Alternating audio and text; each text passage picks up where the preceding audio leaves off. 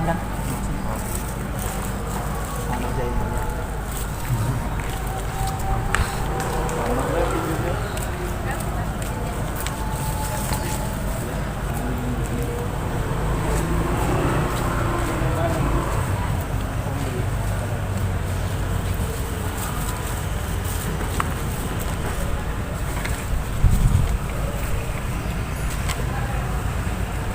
Boleh dilipat dua aja dulu biar nggak terlalu.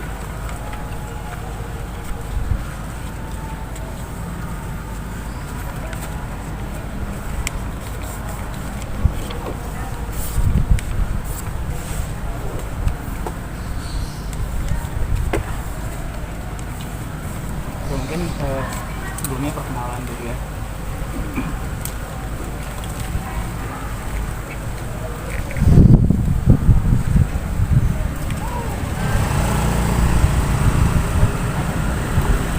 Bismillahirrahmanirrahim. Assalamualaikum warahmatullahi wabarakatuh. Waalaikumsalam warahmatullahi wabarakatuh. Perkenalkan, nama saya Raful Jalafin, semester 7 dari jurusan Bimbingan Bahasa Islam. Tujuannya kalian dikumpulkan sekarang ini, saya akan memaparkan lah, misalnya menjelaskan beberapa hal mengenai mitigasi bencana. Kebetulan ini tugasnya adalah tugas mata kuliah bimbingan konseling pasca bencana. Sebelumnya kan udah dibagi ke kelas ya. Sebelum kita masuk ke pembahasan mengenai mitigasi bencana, saya pengen tahu dulu pengetahuan kalian, pendapat kalian soal bencana. Bencana itu sendiri ya, bukan bencana alam, bencana. Kalian boleh tulis pendapat kalian, pengetahuan kalian mengenai bencana di sini. Dari sekarang. A few moments later. Ada yang mau bacain nggak hasil mengenai bencana? Bencana adalah suatu hal atau kondisi yang bersifat merugikan manusia. Betul. Merupakan suatu hal atau kondisi yang tidak menyenangkan dan menyebabkan suatu masalah. Betul ya, yang barusan tadi disampaikan. Ada menurut undang-undang itu bencana merupakan peristiwa atau rangkaian peristiwa ya, yang itu mengancam dan mengganggu kehidupan dan penghidupan masyarakat, yang disebabkan itu baik oleh faktor alam, non alam, ataupun si manusia itu sendiri. Untuk si bencana itu sendiri terbagi kepada 3 ya, yang tadi bencana alam, non alam, sama yang disebabkan oleh manusia itu disebutnya sebagai bencana sosial ya. Bencana sosial. Nah, mungkin yang barusan itu sedikit pengertian aja ya mengenai bencana. Bencana itu apa dan pembagiannya gimana. Nah, yang akan dibahas sekarang adalah mengenai mitigasi bencana, spesifikasi di bencana alam ya, yaitu gempa yang sering banget terjadi di Indonesia. Sedikit penjelasan, bencana alam itu bencana yang diakibatkan oleh peristiwa alam. Contohnya ya gempa bumi, tsunami, gunung meletus, dan lain sebagainya kan. Nah, kita masuk ke mitigasinya ini. Ada yang tahu nggak mitigasi apa?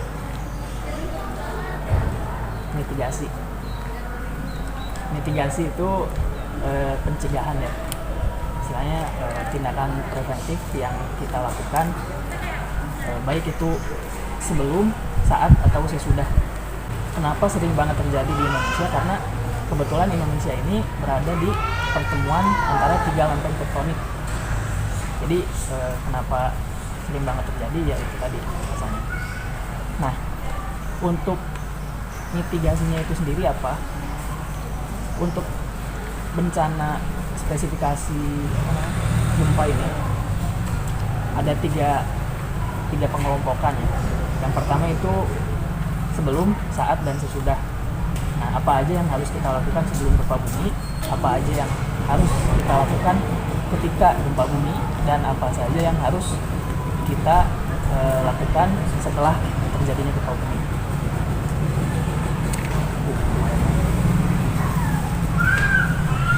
Oke, kita masuk pada yang sebelum gempa bumi ya. Yang sebelum gempa bumi itu merupakan tindakan pencegahan ya. Ada beberapa hal yang sepatutnya kita persiapkan untuk nauzubillah ya, ketika nanti terjadi bencana gempa bumi.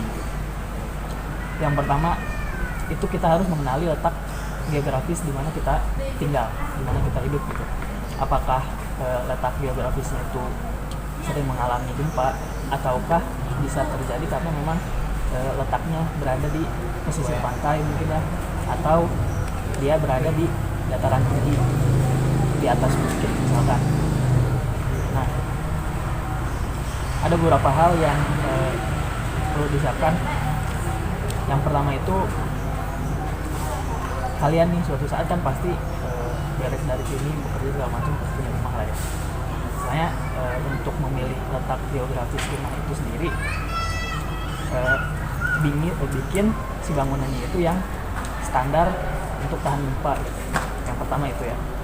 Kemudian yang kedua, pastikan si strukturnya itu sendiri tahan terhadap gempa.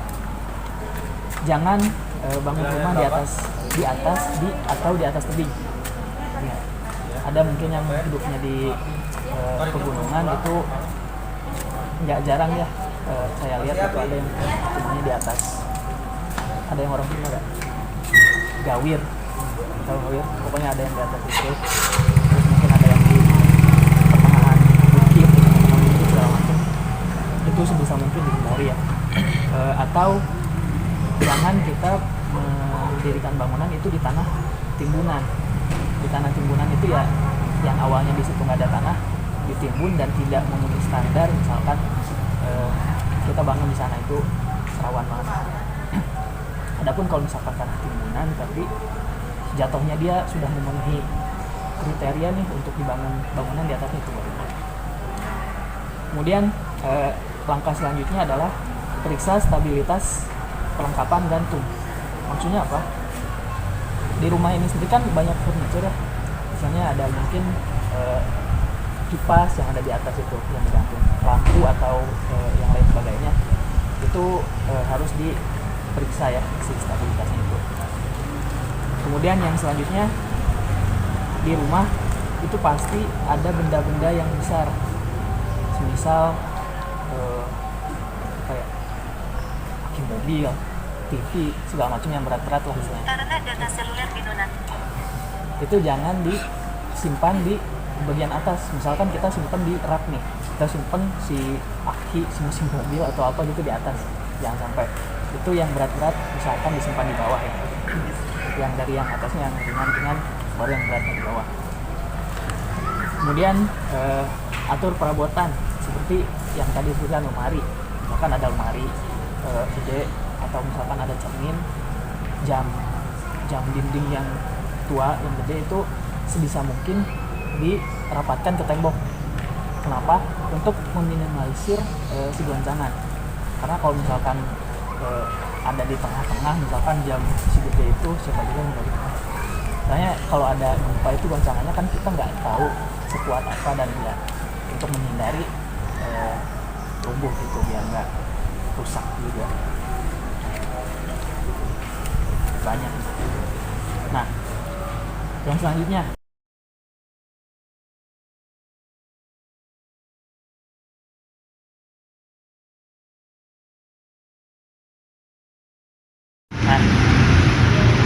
drop cover hold on ini maksudnya apa? Yang pertama, drop itu kita harus merunduk. Ini kasusnya untuk di dalam ruangan. Yang pertama, drop itu harus merunduk. Cover itu lindungi apa? Lindungi kepala ya. Lindungi kepala. Kemudian hold on si kaki meja tersebut. Asal si mejanya ya kita yakini cukup kuat lah. Drop itu merunduk, cover itu kita harus melindungi kepala, kemudian hold on. kita pegangan. Nah, kemudian dirasa kalau misalkan kita rasa si guncangannya ini sudah agak mereda gitu ya, jendela atau pintu atau hal-hal lain yang memang itu terbuat dari kaca gitu, kita harus jauhi si kaca tersebut. Kemudian sebelum kita meninggalkan rumah atau bangunan yang kita tempati itu pastikan peralatan yang pakai listrik itu dimatikan ya. Misalnya colokan dicabut atau stop kontaknya langsung aja kita off ini mati.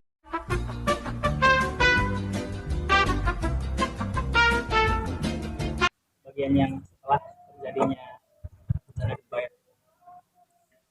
Nah, setelah mereda tadi gempa, usahakan untuk tetap tenang dan waspada ya. Kemudian jika kita merasa si bencananya ini telah mereda, itu tetap kita lindungi kepala. Kemudian poin selanjutnya adalah jauhi bangunan rusak akibat gempa tersebut. Jauhi bangunan-bangunan yang kiranya kita mencurigakan lah, entah itu si tanahnya amblas atau misalkan si bangunannya retak dan sebagainya, itu sebisa mungkin dihindari. Kemudian selanjutnya jauhi lokasi yang berbau gas atau cairan yang berbahaya. Misalkan kita tahu nih di satu tempat ini, di satu titik ini, misalkan dia adalah si bandar gas misalkan, atau di satu tempat ada bandar minyak misalkan, di tong-tong segala macam, itu sebisa mungkin kita hindari. Kemudian selanjutnya lakukan bantuan pertolongan pertama terhadap memang orang-orang yang merasa terluka gitu. Nah, untuk yang selanjutnya, karena sebelumnya kita sudah menyiapkan nomor telepon ya, nomor-nomor yang memang penting, itu kita bisa telepon pihak berwenang ketika dirasa ada yang memang misalkan terluka parah, atau misalkan kita melihat ya dari titik-titik yang berbau tersebut tadi, kita rasa ada percikan api nih dan memang sudah kebakaran di situ, ya kita telepon lah ke pihak yang berwenang. Nah, setelah itu mungkin kalau misalkan memang kita tunggu agak lama nih dan memang sudah tidak terasa lagi rongsokan, barulah misalkan kita boleh bubar, atau misalkan ya kita mengkondisikan di situ tersebut. Karena memang tidak bisa dipungkiri ya, apapun bencananya selalu ada saja yang merasa trauma setelah kejadian tersebut, entah itu gempa, entah itu longsor, banjir dan sebagainya. Itu pentingnya kita untuk tetap tenang gitu di segala kondisi. Nah, untuk pembahasan mitigasi bencana ini memang kurang lebih segitu ya dari yang saya pelajari, yang saya dapatkan. Tadi ada beberapa poin ya, baik itu yang sebelum, saat, dan sesudah si gempa bumi itu terjadi.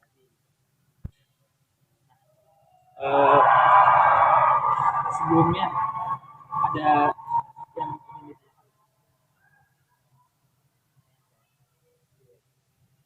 Nah, dan sedikit sebenarnya tips itu untuk menghadapi si bencana mitigasi gempa bumi tadi. Sebetulnya masih banyak bencana-bencana yang lain, bencana alam yang memang sering terjadi di Indonesia gitu. Cuma kalau misalkan memang dibahas di sini kan ya nggak terlalu lama juga. Jadi dicukupkan sekian mungkin untuk pembahasan mitigasi bencana ini. Untuk yang tadi lembar pertama ini boleh dikumpulkan, boleh disebutkan, yang satunya lagi boleh jadi mungkin sekalian ditutup saja ya, mungkin sekian untuk pembahasan mengenai mitigasi bencana. Kurang dan lebihnya mohon dimaafkan. Bila itu. Wassalamualaikum warahmatullahi wabarakatuh.